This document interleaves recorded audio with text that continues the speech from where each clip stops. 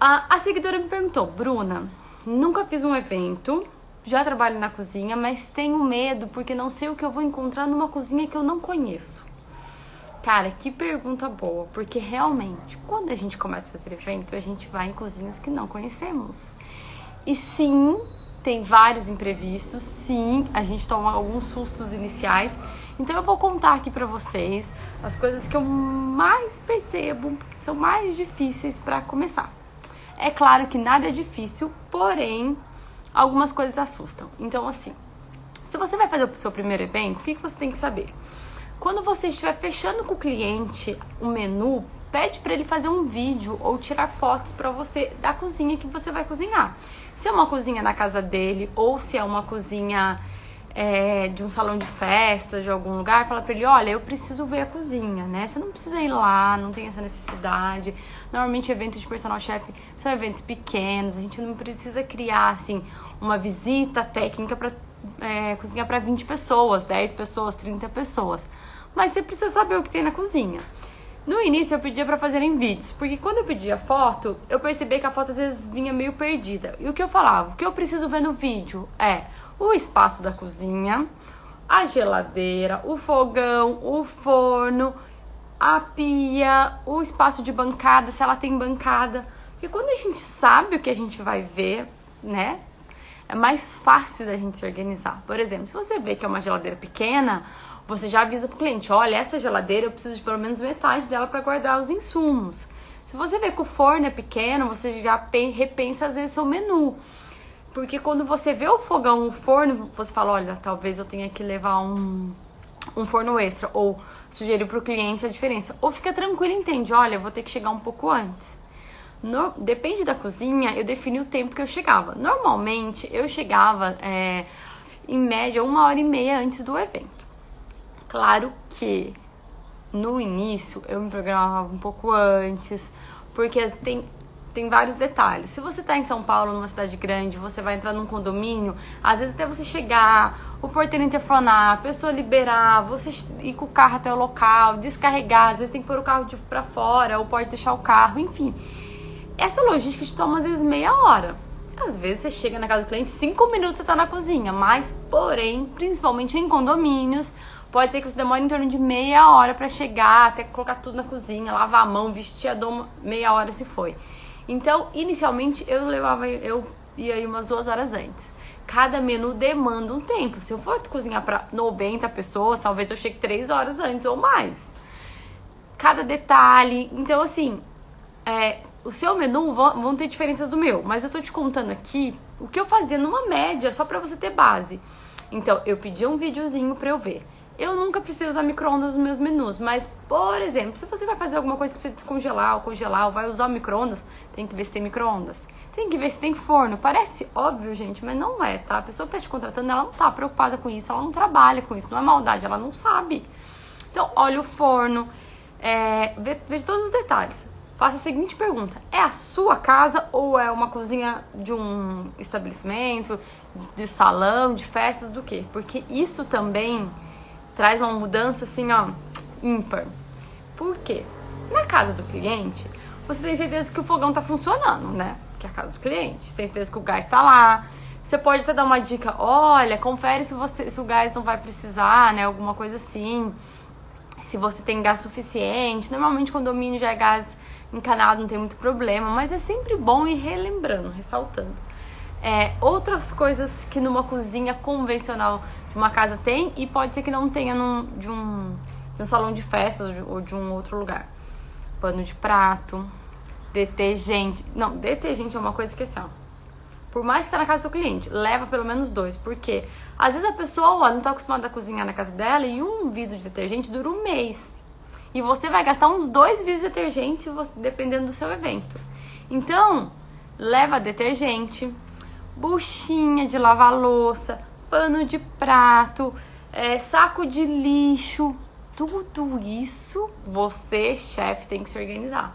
Porque se você tá na casa do cliente e ele não tem, ou imagina toda hora você tem que ficar chamando o cliente pra te dar um saco de lixo. Porque você vai ter, né, muita coisa pra jogar fora, né, da preparação e tudo mais.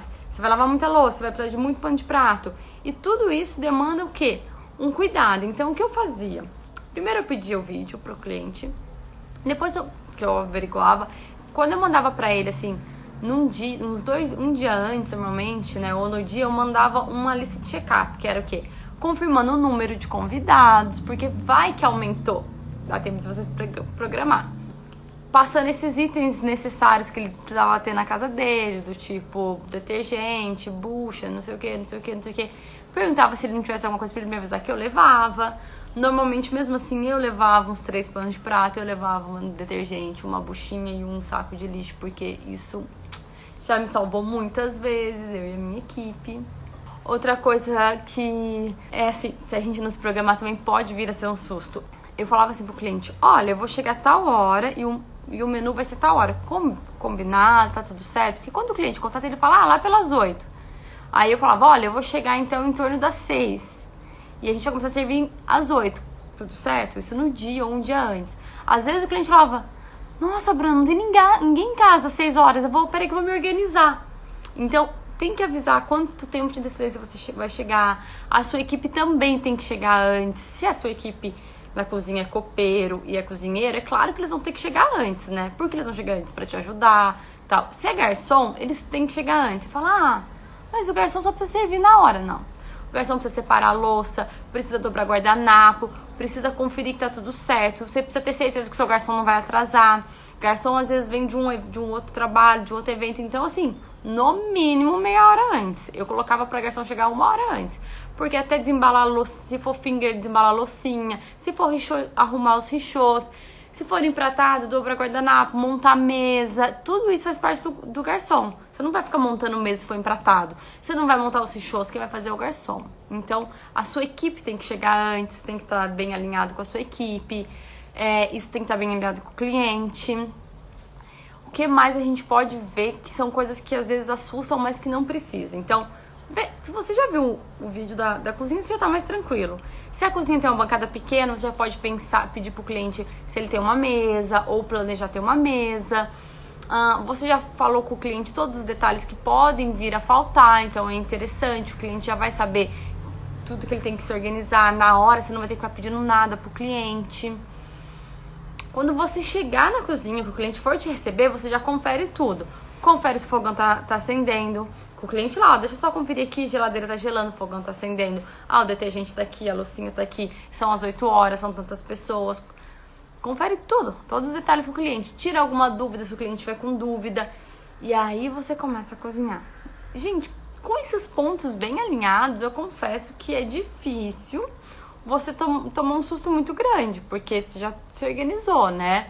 É claro que existe lista de coisas a se levar para não tomar susto. Então, tudo você tem que levar, porque você não sabe se o cliente tem, por exemplo. Você não sabe se o cliente tem uma boa faca, você não sabe se o cliente tem uma tábua de corte, você não sabe se o cliente tem um abridor de lata, se você for usar uma lata, um abridor de vinho, se você for cozinhar com vinho.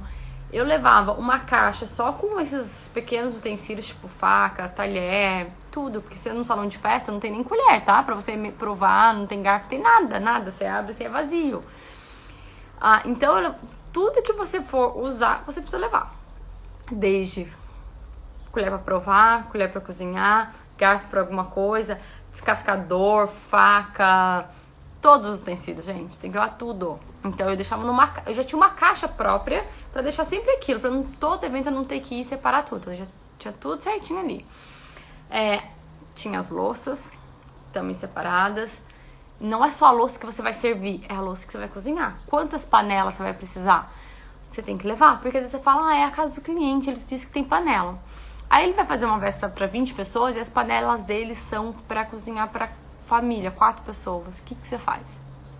Então, eu levava algumas panelas para não passar sufoco. Eu levava alguns pratos para cozinhar, alguns bowls, algumas tigelas. Não, olha, eu levava tudo porque é sofrido, é corrido, não ter lugar para colocar as coisas assim, sabe? Demanda muito tempo, muita energia. Então, levava tudo que eu podia, que eu sabia que eu ia usar. Então, eu tinha uma mini cozinha montada para os eventos. Não era nada caro, não comprei uma mini cozinha. Se na minha cozinha eu tinha 3 tigelas, eu levava as 3 tigelas, entendeu? Mas eu levava. Todo evento eu montava esse kitzinho e levava. Conferia rapidinho, tinha uma lista, fiz a primeira vez a lista e todo evento eu ia lá, olhava a lista, colocava tudo numa caixa e levava. Senti que faltou alguma coisa, anotava lá na lista e levava no próximo. Então são essas programações que a gente faz e não passa mais sufoco. Parece assustador cozinhar numa cozinha que você não conhece, porém vira uma rotina e é até gostoso, gente. Que assim, é tipo uma emoção, né? E não dá, assim, não dá grandes problemas, não dá grandes desesperos, até porque o cliente sabe que você está entrando numa cozinha que você nunca cozinhou. O mais importante é você se programar para você não atrasar, porque tem fogão que é mais lento do que o nosso, tem fogão que é mais rápido e pode queimar comida. Então você tem que ter o quê? Um cuidado, sabe? Uma atenção total ali na hora que você está cozinhando. Porque você não conhece a cozinha, você não conhece o forno, você não conhece o fogão, então assim, ele pode atrasar ou pode queimar. Então esses detalhes a gente vai ter que ficar atento em todos os eventos. A geladeira, você não pode contar muito, porque você não sabe se a geladeira gela rápido, se o freezer vai estar gelando a tempo de você, se você quiser fazer alguma coisa, né, que congele, um sorvete, são coisas que você tem que ficar um pouco mais atento no menu. Porém, se você chegar com pelo menos 2 horas de antecedência, fazer o testezinho ali, já tiver visto a cozinha, levar o que você acha que pode ser ponto crítico. Vou dar um exemplo. O que pode ser um ponto crítico de um menu, Bruna? Um sorvete é um ponto crítico do menu que você leva pronto. Por quê? Porque se o congelador não tem espaço ou não for bom, ele pode descongelar. Isso é um ponto crítico. Então, se a pessoa escolheu um menu com sorvete, você leva uns 2 sacos de gelo. Porque se você vê que chegou lá e o congelador tá muito lotado, você tira alguma coisa de bebida e põe no gelo, conversa com o seu cliente. Ou você coloca se a geladeira, porque às vezes você chega e a geladeira estava desligada e até gelar a geladeira, o seu sorvete derreteu. Então você já coloca os gelos e o sorvete, entendeu? É um ponto crítico um sorvete. Uma outra coisa que é um ponto crítico é o forno. Se você vai fazer alguma coisa no forno, eu sempre lavo tudo pronto, né? Eu pré-aquecia as coisas no forno, eu finalizava no forno. Porque imagina você fazer um brownie na hora. Que delícia, né? Imagina esse forno ser muito rápido e queimar seu brownie. Ou imagina esse forno não demorar e o brownie não ficar pronto. Então, eu levava o brownie pronto e só aquecia. Então, são detalhes assim que a gente tem que pensar. O que não é ponto crítico? Uma salada não é um ponto crítico, porque você vai lavar a salada. Um molho, normalmente salada é coisa rápida, não é um ponto crítico. Um risoto é um ponto crítico. Por que é um ponto crítico? Porque o fogão tem que ser bom, o gás tem que ser potente, porque as pessoas têm que estar todas ali, porque o risoto, se o pessoal atrasar, dá uma apertada. Então, assim, risoto é um ponto crítico para você ficar atenta. Todo item que é gratinado é um ponto crítico, porque você não sabe se o forno gratina. Massa gratinada, o seu forno gratina. E o forno do lugar que você vai? Então, são esses detalhes. E aí, o que eu faço? Eu não sirvo gratinado? Não, você pode servir. Você vai pedir pra ver o vídeo. Aí que você viu que já é um forninho simples, você ou troca, ou explica isso pro cliente, ou leva eu tinha um forno elétrico que quando eu sabia que era um forninho simples e precisava gratinar, eu levava meu forno elétrico e tal. Então, assim, são detalhes que você vai olhando pontos críticos. Tudo que você for precisar de um utensílio na cozinha ou de um eletrodoméstico, você tem que ficar atento. Tudo que for muito gelado ou for muito quente, você tem que ficar atento, porque pode acontecer de você passar um sufoquinho. Mas, gente, olha, se a gente acerta um menu, se você mirar como fazer um bom menu, no sentido de você não passar perrengue, no sentido do menu for clássico, você finalizar rápido, não ter essas variações de temperatura, não ser muito difícil no quesito de tem que ter o ponto específico, tipo um risoto, coisas assim, não tem muito como errar, é mais o susto que a gente passa. O restante a gente vai agilizando o tempo. Não é que com o tempo você não passa mais perrengue. Com o tempo você já está preparado para o que pode acontecer. Porque você vai ter ali uma sequência de 5, 6 menus que vão vender mais. Então, a primeira vez que você passa sufoco com sorvete, você nunca mais passa, porque você já se programa. A primeira vez que você vai assar uma coisa e o forno dá ruim, que você dá um jeito ali, você começa a ficar esperto. Então, eu fiz nesse vídeo aqui tudo que pode acontecer e te assustar no primeiro evento. Essas são as principais coisas. O restante são coisas simples, que a gente mesmo, quando vai criar o menu, vai pensando. Então, pense o seu menu, os seus primeiros menus, se você está preocupado com isso, como cozinhar numa cozinha diferente. Já planeje os seus primeiros menus de uma forma que você não passe susto. De uma forma que não tenha nada que possa o quê? Lhe causar um susto. Ah, Bruna, não vou colocar sorvete, não vou colocar uma sobremesa muito gelada. Ótimo, entendeu? Tipo, tudo bem, melhor, né? Não vou colocar uma coisa que gratina, melhor ainda, entendeu? Vou finalizar um filé mignon na manteiga. Não dá pra errar, o fogão tá ali, você vai conseguir. Então são coisas que te facilitam, entendeu?